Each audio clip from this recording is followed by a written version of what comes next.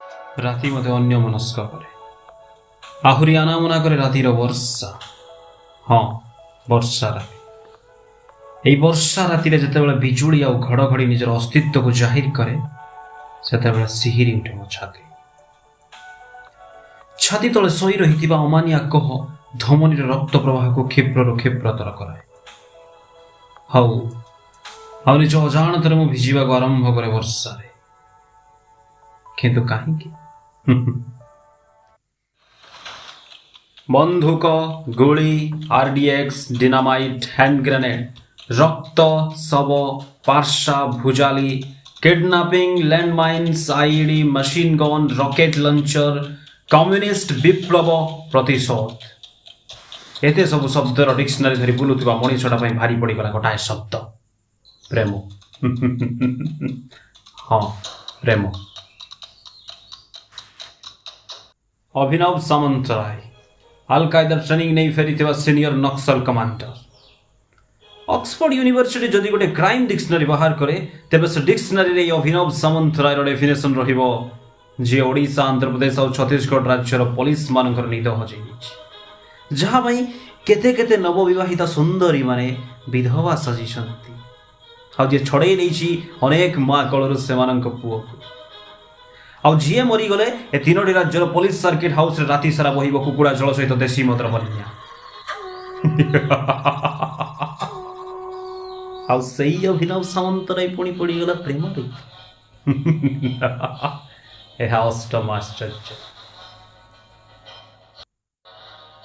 କାରଣ 7 ମିନିଟର ଦୈହିକ ସୁଖ ପାଇଁ ଏ ଅଭିନବ ସାମନ୍ତରାୟ କେବେ କୌଣସି ଝିଅକୁ ପ୍ରେମିକା କିମ୍ବା ପତ୍ନୀ ରୂପରେ ବେକରେ ଝୁଲେଇବାକୁ ଚାହେଁନି। ମୁଁ କାହାକୁ ଆଇ ଲଭ୍ ୟୁ କହିବା ଅପେକ୍ଷା ବେଶୀ ପସନ୍ଦ କରେ କହିବାକୁ I wanna sleep with you.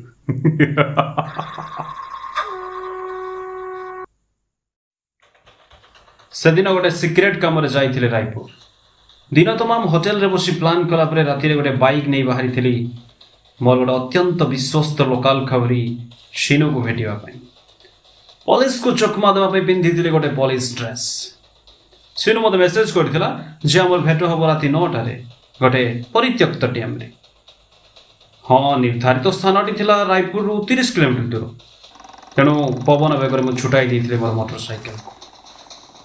ରାତିର ଘନ ଅନ୍ଧକାରକୁ ଚିରି ମୋର ମୋଟର ସାଇକେଲଟି ବଢ଼ି ଚାଲିଥିଲା ଲକ୍ଷ୍ୟସ୍ଥଳ ଆଡ଼କୁ। ରାସ୍ତାଟି ଥିଲା ସମ୍ପୂର୍ଣ୍ଣ ଶୂନଶାନ। ରାସ୍ତାର ଦୁଇ ପାର୍ଶ୍ୱରେ ଥିଲା ପାହାଡ଼ିଆ ଜଙ୍ଗଲ। ପାଖାପାଖି 15 କିଲୋମିଟର ଗଲା ପରେ ହଠାତ୍ ମୋ ବାଇକ୍ର ହେଡଲାଇଟ୍ଟା ଲିଭିଗଲା। ତେଣୁ ଗୋଟେ ଜୋରଦାର ବ୍ରେକ୍ ମାରି ଅଟକେଇ ଦେଇଥିଲି ମୋ ବାଇକ୍ରୁ ଓହ୍ଲେଇ ହେଡଲାଇଟ୍କୁ ଠିକ୍ କରିବା ପାଇଁ ବହୁତ ଚେଷ୍ଟା କଲି, କିନ୍ତୁ ତାହା ସମ୍ପୂର୍ଣ୍ଣ ଅଚଳ ହୋଇଯାଇଥିଲା। ଓ ନୋ! ଅନ୍ଧାରିଆ ରାତି, ଶୂନଶାନ ପାହାଡ଼ିଆ ରାସ୍ତା। ରାସ୍ତାର ଗୋଟାଏ ପଟେ ପାହାଡ଼ ତ ଆଉ ଗୋଟେ ପଟେ 60 ଫୁଟ ଗଭୀର ଖାଇ, ଆଉ ଏପଟେ ପୁଣି ବାଇକ୍ର ହେଡଲାଇଟ୍ ଖରାପ। କ'ଣ କରିବି କିଛି ଭାବିପାରିଲିନି। ହଁ, ଅବଶ୍ୟ ଏଭଳି ପରିସ୍ଥିତି ସହିତ ମୁଁ ଖୁବ୍ ପରିଚିତ। ଆଉ ଏ ଅଭିନବ ସାମନ୍ତରାୟ ନିଜ କାମରେ ଖୁବ୍ ଡିସିପ୍ଲିନ୍ ମେଣ୍ଟେନ୍ କରେ। ତେଣୁ ଅନ୍ୟ କିଛି ବ୍ୟବସ୍ଥା କରିବା ପାଇଁ ମୁଁ ଫୋନ୍ କଲି ସିନୁକୁ, କିନ୍ତୁ ପ୍ରତି ଉତ୍ତର ମିଳିଲା,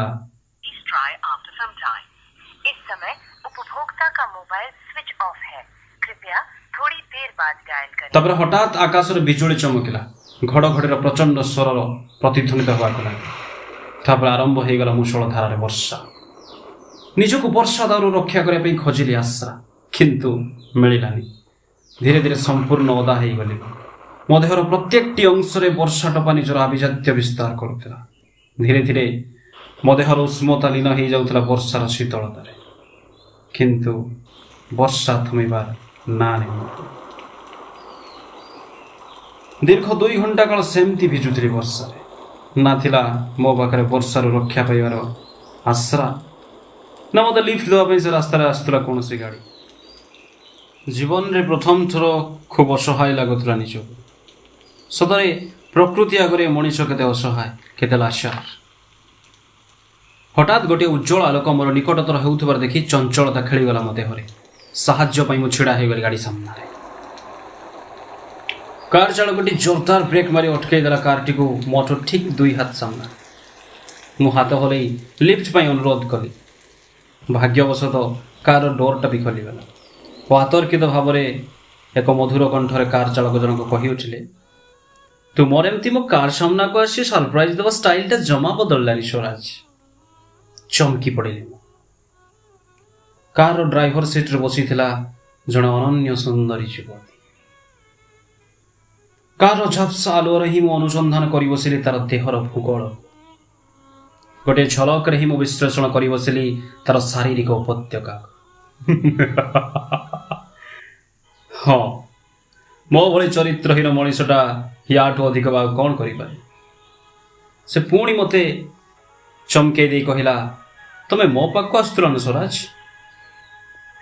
ମୁଁ କ'ଣ କହିବି କିଛି ଜାଣିପାରୁନଥିଲି। ମୁଁ ଥରେ ଥରେ କହିଲି, ନାଇଁ ମାନେ ଆକ୍ଚୁଆଲି ମ୍ୟାମ୍ ମୋ ବାଇକ୍ଟା ଖରାପ ହେଇଗଲା ତ, ଆଉ ଇଏ ପ୍ରବଳ ବର୍ଷା। ସେ କହିଲା, ଓ ନୋ, ମୁଁ ବି କେତେ ପାଗଳି। ତୁମେ ବର୍ଷାରେ ଭିଜୁଛ, ଥଣ୍ଡାରେ ଥରୁଛ, ଅଥଚ ମୁଁ ତୁମକୁ ପ୍ରଶ୍ନ ପରେ ପ୍ରଶ୍ନ ପଚାରି ଚାଲିଛି। ଓହ ସରି ସ୍ୱରାଜ, ତୁମେ ତ ଜାଣିଛ ତୁମର ମଧୁସନ୍ଧାର ଟିକେ ମୁଣ୍ଡ ଦୋଷ ଅଛି ବୋଲି। ହଉ ହଉ ଭିତରକୁ ଆସ, ଘରକୁ ଯିବା। ବୁଡ଼ି ଯାଉଥିବା ଲୋକଟିକୁ କୁଟା କ୍ଷୀରଟିଏ ଆଶ୍ରା କରି ମୁଁ ବସି ଯାଇଥିଲି କାର୍ରେ। କାର୍ ଆଗେଇ ଚାଲିଥିଲା ସେ ବର୍ଷା ରାତିରେ। କାର୍ ଭିତରଟା ମହକୁଥିଲା ଗୋଟେ ଅମାନିଆ ବାସ୍ନାରେ। ମୁଁ ଅନ୍ୟମନସ୍କ ଭାବରେ ଭାବୁଥିଲି କେମିତି ଯେ କହିବି ମୁଁ ସ୍ୱରାଜ ନୁହେଁ, ସେ ମୋତେ ସମ୍ପୂର୍ଣ୍ଣ ଭୁଲ ବୁଝୁଛି। ହଁ ହଁ, ସମ୍ପୂର୍ଣ୍ଣ ଭୁଲ। ସେ ଝିଅଟି ପୁଣି ମୋତେ ଅଭିମାନ ଭରା କଣ୍ଠରେ ପଚାରିଲା, ତୁମର ମନେ ଅଛି ସ୍ୱରାଜ ସେଦିନର କଥା, ଯେବେ ଆମର ପ୍ରଥମ ଦେଖା ହେଇଥିଲା? ଏମିତି ଗୋଟେ ବର୍ଷା ସିକ୍ତ ସନ୍ଧ୍ୟାରେ ତୁମେ ହଠାତ୍ ମୋ କାର୍ ସାମ୍ନାକୁ ଚାଲି ଆସିଥିଲ। ଅବଶ୍ୟ ମୋ କାର୍ର ସ୍ପିଡ୍ ଟିକେ ଅଧିକା ଥିଲା, ତଥାପି ମୁଁ ଅଟକେଇ ଦେଇଥିଲି କାର୍କୁ, ଆଉ କାର୍ରୁ ଓହ୍ଲେଇ ମନ ଇଚ୍ଛା ଗାଳି କରିଥିଲି ତୁମକୁ। କିନ୍ତୁ ତୁମେ ହସି ହସି କହିଥିଲ, ମ୍ୟାମ୍ ଏ ଟର୍ଣ୍ଣିଂ ପରେ ଥିବା ପୋଲଟି ପ୍ରବଳ ବର୍ଷାରେ ଭୁଷୁଡ଼ି ଯାଇଛି। ଆଉ ଯେତେବେଳେ ମୁଁ ରିଏଲାଇଜ୍ କରିଥିଲି ଯେ ତୁମେ ମୋ ଜୀବନ ବଞ୍ଚେଇଲ, ଅଥଚ ମୁଁ ତୁମକୁ ଗାଳି କଲି, ସେତେବେଳେ ମୋ ମୁହଁଟା ଲାଜ ଆଉ ଅନୁତାପରେ ଲାଲ ହେଇଯାଇଥିଲା। ଆଉ ତୁମେ ହସି ହସି ମୋ ପାଖକୁ ଆସି କହିଥିଲ, इट्स ओके मैम, बड़ी बड़ी देशों में ऐसी छोटी छोटी बातें होती रहती है। से प्रथम देखारे ମୁଁ ତୁମକୁ ଭଲ ପାଇ ବସିଥିଲି ସ୍ୱରାଜ। ବିଜୁଳି ଚମକୁଥିଲା ଆକାଶରେ, କିନ୍ତୁ ଥରି ଉଠୁଥିଲା ମୋ ଛାତି ସେ ଝିଅର କଥା ଶୁଣି। ଆଚ୍ଛା କହିଲ, ତୁମେ ରାୟପୁର କେବେ ଆସିଲ? ମୁଁ ଅସ୍ପଷ୍ଟ ଗଳାରେ କହିଲି, ଏଇ ଆଜି ସକାଳେ। ସେ ଅଭିମାନ କରି କହିଲା, ତୁମର ରାୟପୁର ଟ୍ରାନ୍ସଫର ହେଇଛି ବୋଲି ମୋତେ ଜଣେଇନ କେମିତି? ଫୋନ୍ ତ କରିପାରିଥାନ୍ତ। ମୁଁ କ'ଣ ଉତ୍ତର ଦେବି କିଛି ଭାବିପାରୁନଥିଲି। ଭାବୁଥିଲି କହିଦେବି ଯେ ମୁଁ ତୁମ ପ୍ରେମିକ ପୋଲିସ ଅଫିସର ସ୍ୱରାଜ ନୁହେଁ, ବରଂ କୁଖ୍ୟାତ ନକ୍ସଲ କମାଣ୍ଡର ଅଭିନବ ସାମନ୍ତରାୟ। ଆଉ ମୋର 9mm ରିଭଲଭରକୁ ବାହାର କରି ତା ମୁଣ୍ଡରେ ଲଗେଇ କହିବି, ଚୁପ୍, ବକୱାସ ବନ୍ଦ କର, ଚୁପଚାପ ଗାଡ଼ି ଚଲା, ନହେଲେ ତ ଭେଜା ଉଡ଼େଇଦେବି। କିନ୍ତୁ ପାରିଲି। ତା ଆଖିର ଗଭୀର ବିଶ୍ୱାସ, ତାର ନିଷ୍କପଟ ସ୍ନେହ ଆଉ ଅଦମ୍ୟ ଭଲ ପାଇବା ମୋତେ ବାଧ୍ୟ କଲା ନୀରବ ରହିବାକୁ। ସେ ପୁଣି ନୀରବତାକୁ ଭଙ୍ଗ କରି କହିଲା, ଓ ବୁଝିଗଲି ମୁଁ, ତୁମେ ମୋତେ ସରପ୍ରାଇଜ ଦେବା ପାଇଁ ଚାହୁଁଥିଲ ନା ସ୍ୱରାଜ, ସେଇଥିପାଇଁ ମୋତେ କିଛି ନ ଜଣାଇ ଚାଲି ଆସିଛ। ତାପରେ ମଧୁସନ୍ଧା ମୋତେ ତାର ପ୍ରେମିକ ସ୍ୱରାଜ ଭାବି ଅନର୍ଗଳ ଭାବରେ ଗପି ଚାଲିଥିଲା ତାର ଆଉ ସ୍ୱରାଜର ପ୍ରେମ। ମୁଁ ଶୁଣି ଶୁଣି ବୋର୍ ହଉଥିଲି। ସେ କହୁଥିଲା, ତୁମର ଏଇଟା ମନେ ଅଛି, ସେଇଟା ମନେ ଅଛି, ସେଦିନର କଥା ମନେ ଅଛି, ମୋ ବାର୍ଥଡେରେ ତୁମେ ଶାଢ଼ୀ ଗିଫ୍ଟ ଦେଇଥିଲ, ମୁଁ ଶାଢ଼ୀ ପିନ୍ଧା ଶିଖିନଥିଲି, ତୁମେ ମୋତେ ଶାଢ଼ୀ ପିନ୍ଧେଇ ଦେଇଥିଲ, ନିଜ ହାତରେ ମୋ ପାଇଁ କେକ୍ ତିଆରି କରିଥିଲ, ଭ୍ୟାଲେଣ୍ଟାଇନ୍ ଡେରେ ଫୁଲ ଦେଇଥିଲ, ଚକୋଲେଟ୍ ଦେଇଥିଲ, ହାତୀ ଦେଇଥିଲ, ଘୋଡ଼ା ଦେଇଥିଲ, ଶିମିଳିପାଳ ଜଙ୍ଗଲରୁ ଧରି ଆଣିଥିଲ ମୋ ପାଇଁ ଗୋଟେ ମହାବଳ ବାଘ।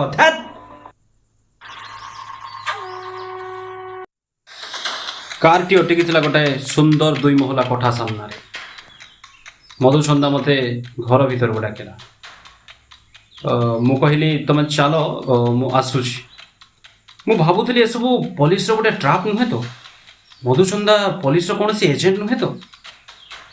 ତେଣୁ ଲୋଡ୍ କରି ମୋ ରିଭଲଭର ବୁଲେଟ୍ ଅନୁଧ୍ୟାନ କରି ଚତୁଃପାର୍ଶ୍ୱର ପରିବେଶ ଆଉ ଅତି ସନ୍ତର୍ପଣରେ ଧୀରେ ଧୀରେ ପଶିଲି ଘର ଭିତରକୁ। ମୋ ହାତରେ ବନ୍ଧୁକ ଦେଖି ମଧୁସନ୍ଧା କହିଲା, ମୁଁ ତ କେବେଠୁ ତୁମ ମନ ହାଜତରେ ବନ୍ଦୀ ହେଇ ସାରିଛି ସ୍ୱରାଜ, ପୁଣି ଏବେ ବନ୍ଧୁକର ପ୍ରୟୋଜନ କ'ଣ? ଓହୋ, ସବୁବେଳେ ଖାଲି ଡ୍ୟୁଟି ଆଉ ଡ୍ୟୁଟି। କେବେ ତ ତୁମ ମଧୁସନ୍ଧା ପାଇଁ ଟିକେ ସମୟ ବାହାର କର। ଆଉ ଟାୱେଲଟେ ମୋ ହାତକୁ ବଢ଼େଇ ଦେଇ କହିଲା, ଯାଅ ବାଥରୁମ୍ରେ ଯାଇ ଡ୍ରେସ୍ ଚେଞ୍ଜ କରିକି ଆସ, ମୁଁ ତୁମ ପାଇଁ ଗରମ କଫି ତିଆରି କରି ଆଣୁଛି। मो बाथरूम रू बाहरला बेलू से हसी हसी बढ़ेदेला मो हाथ गरम कॉफी आ कहला तुम कॉफी पीऊ था मु फ्रेश हो आस कॉफी पीऊ पीऊ मु झरका आड़े चाहिए देखिली वर्षा छाड़ी जाइए मन मन भाविली ना आउ ए मिछ अभिनय करें गोटे सरल निरीह झीर विश्वास को नहीं खेली पारे निजक दम्भ कर सब सत कथा कही मत एठाक चली जावाक हाँ हाँ चली जावाक ठीक यही समय हठात मधुचंदा आसी बसी पड़ा मो कड़ उपर चमकी पड़े अप्रस्तुत भाव में उठी पड़ी सोफारू मधुचंदा भिड़ी धरला मत पछर मुझे निजक ताठू अलग कर चाहूली मधुचंदा प्लीज बंद कर ए सब बहुत हो गला आउ नुहे बंद कर सब प्लीज किंतु मो किसी कहवा पूर्वर से मो पार्टी हाथ दे कहला किसी कहनी स्वराज मु किसी शुणिबिनी आज मो दीर्घ 3 वर्ष धरी केते अपेक्षा करी से दिन एमती गोटे मुहूर्त मो चातक पर चाह रही तुम फेरिया बाट तुम आईपीएस पाइला परे मते कथा दे चली जाइथिलो ट्रेनिंग पर फेरी आसबो किंतु आज फेरुछ मु जाने तुम ये देश बड़ किंतु सत कहला स्वराज तुमर कौन टिके भी मो कथा मने पड़ नथला जानिछ स्वराज लोक माने कहूथिले तुमको कोडे नक्सल माने मार देइछंती मु किंतु विश्वास कर नथिली आ जानिथिली तुमे दिने दिन मो पाखु फेरी आसीबो आ देखो सत को सत आज मो प्रेम तुमको मो पाखु फेरी आनिछि तापर मु चेष्टा करुथिली किछि कहिबा पई किंतु ता पूर्व मधुचंदा लगे ता कमल ओठ मो ओठरे गोटे गोटे अदम्य शिहरण खेलीगला मो देहरे रोमांचित हो उठिली तार ये मधुभरा चुंबन यही समय प्रचंड नाद कर आकाश निजर अस्तित्व को जाहिर कला बिजुली और घड़ चमकी पड़ा मधुचंदा आ जोरे जाबुड़ी धरला मत शिकारी बंधुक आगे निरीह मृग शिशुर सबुतक भयर रूपांतर घटी आखिरे तथापि से विश्वास रे संसार सबुठ निरापद स्थान भावी मुंड गुंजी देइथिला मोर प्रशस्त छाती मु तो मुंड को आंसू दे पचारिली डर लगुच मधुचंदा से कहला ना तुम्हें पर मो पाखरे अछ तेणु मोर डरबार प्रश्न उठुनी खाली एतिकी कहबी जदि केबे मृत्यु आसे तुम कଳରେ आसु तुमको देखिकी आसु तुम पूर्वर आसु मो आखिरे लोह आसी जाइथिला विवेक बाधा बंधन को प्रतिहत करी जाबड़ी धरली मधुचंदा को से निजक संपूर्ण रूप अजाड़ी देला मो छाती राति बढ़ी बढ़ी जाऊला आमे दुहे परस्पर देहर भूगोल हजि जाई माति जाइथिले चिराचरित से आदिम प्रेमर देहर खेल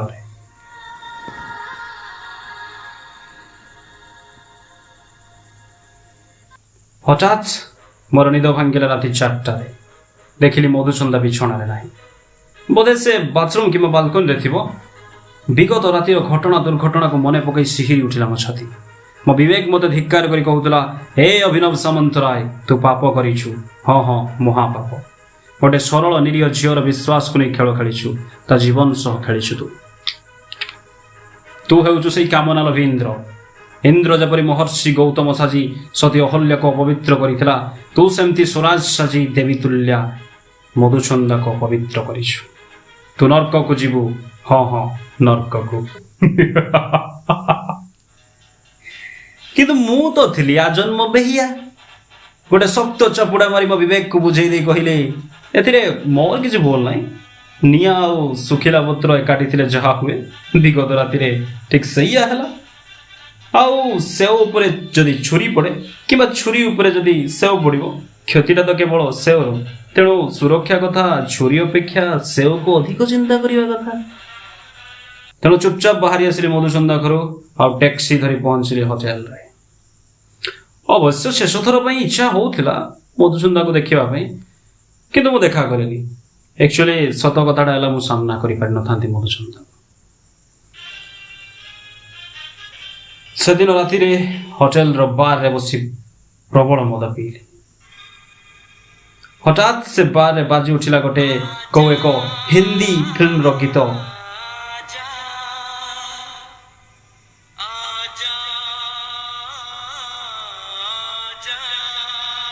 जिंदगी में तुझे जाऊंगा जिंदगी में तुझे पे लुटाऊंगा मैं तो मर के भी तुझे से गीतटा के जाने काहींकि सीधा आसी चिड़िदेला मो छाती सेदिन रातिर रायपुर सहरर सबुठू दामी कलगाल बाहुबंधन थिबा समय मु अनुभव कली गोटाए दंशन हाँ विवेक दंशन सेदिन प्रथम थर पर गोटे फुंगुला नारीर सानिध्य थाई मध्य अभिनव सामंतराय देहरे नथिला उष्मता cause I am there but I was not there नारी मान को केवल सेज गरम करि पारुथवा वस्तु बोली भाबुथिबा मनीषटा कोन सतरे प्रेम रे पड़ी गला सतरे कोन से गोटाए राति उलट पलट करदेला मो जीवन रो पंजिका को ना असंभव काम सारी मु फेरिली नक्सल कैंप को कहीं केजाणी कौन सी काम मोर मन लगुन सब बड़े मो आखि सामना को भासी आसुला मधुचंदर चेहरा तार से आशा आकांक्षा और विश्वास भरा आखि दुईटी पागल करने को लगे मत हाँ एक कथा भी सत थिला जे मु केबे मधुचंदा जीवन को भरी पारिबिनी रंगीन स्वप्न रे कारण जेकोसी मुहूर्त मु पुलिस गली रे प्राण हराई पारे तेणु निष्पत्ति नेली मधुचंदा को सब सत कथा कही ता पाद तले पड़ी क्षमा भिक्षा करी आउ मोर जघन्य अपराध पाई से जहाँ दंड देव मु सबू सही हाँ हाँ सबू सही ता परदिन सकाळे मु पहुंचली मधुचंदा घरे देखिली गेट्रे ताला झुलुची कौन करी किसी भाभी पारे कारण मो पाखे ना मधुचंदार फोन नंबर थिला ना तार अन्य कौन ठिकाना मत जना था तेणु कौन उपाय न पाई सामने थिबा चा दुकानी को जाई पचारली अच्छा भाई एई घरे जो मैडम जने रुहंती से केते बेले फेरिबे किछि कहि परिबो कि चा दुकानी जनक मते आश्चर्य भर चाहाणी को चाहिला मु कोनी प्रश्न कली अच्छा से को ऑफिस की कंपनी रे काम करंती किछि जानंती कि चा दुकानी जनक कहिला कहा कथा कहउछंती बाबू ए घरे तो 3 वर्ष हेलाणी केही रहना चमकी पड़े व्हाट कहीं थटा कर भाई 4 दिन तल तो से वर्षा रात मु एई घरे कटई से मैडम ही तो मत घर को नहीं आसते मो कथा शुणी चा दुकानटा कहला बाबू रातिर निशाटा एजाए उतुरीनि कि अरे मु पूरा एटी 5 वर्ष अधिक है चा बिकुची हाँ अवश्य 3 वर्ष पूर्व जड़े मैडम यही घरे रोते किंतु दिने से हठात कौटे निखोज हो गले जे तापर मुझे देखेनि मु किंतु विश्वास करि पारलिनि केमती विश्वास करिथांती तेणु प्रकृत कथा जानिया पई गेट दे बैकडोर ताला भांगी पशिली मधुचंदा घरे आ जहा देखिली ताहा दोहराई देला मो छाती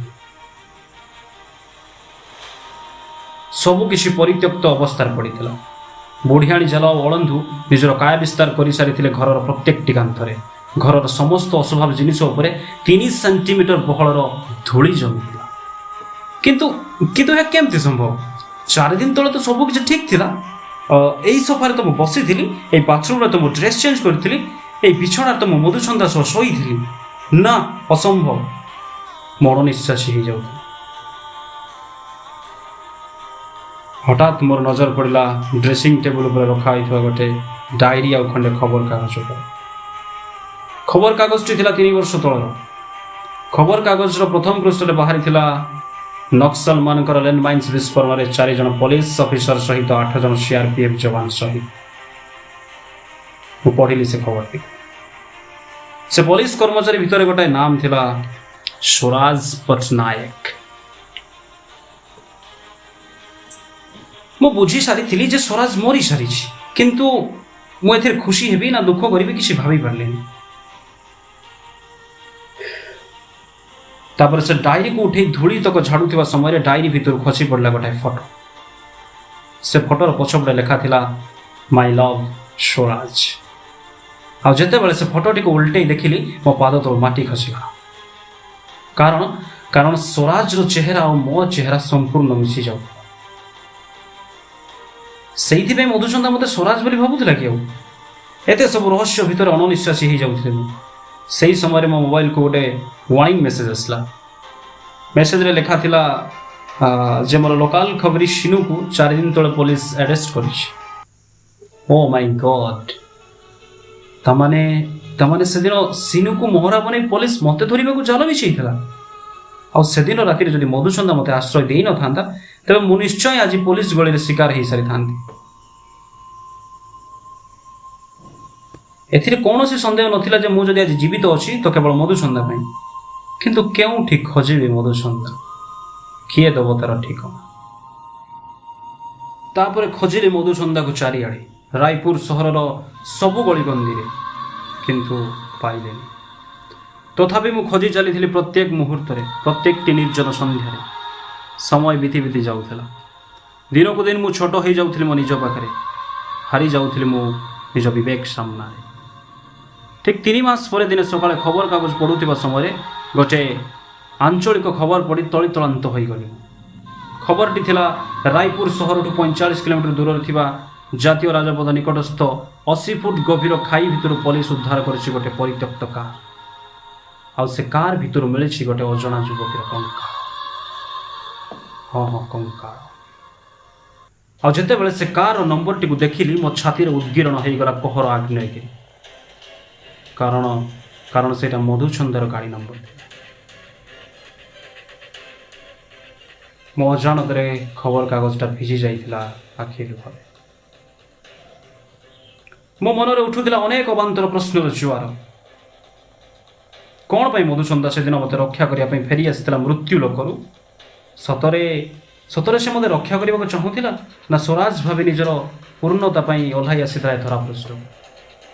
कौन थिला तार उद्देश्य? ना आसिथिला मते प्रेमर मूल्य बुझेई देई मो जीवन को सजाड़िबा? एते सब प्रश्नर उत्तर आज पते आज जाए मिललानी। किंतु गोटाए कथा से स्पष्ट भाव में बुझे देइथिला जे मो पई एमती अनेक स्वराज और मधुचंदार प्रेम कहानी अधूरा रही जाइछि। आ मु प्रथम थर पई से दिन अनुभव करिथिली प्रेमर व्याकुलता केते जंत्रणादायक। हाँ केते जंत्रणादायक।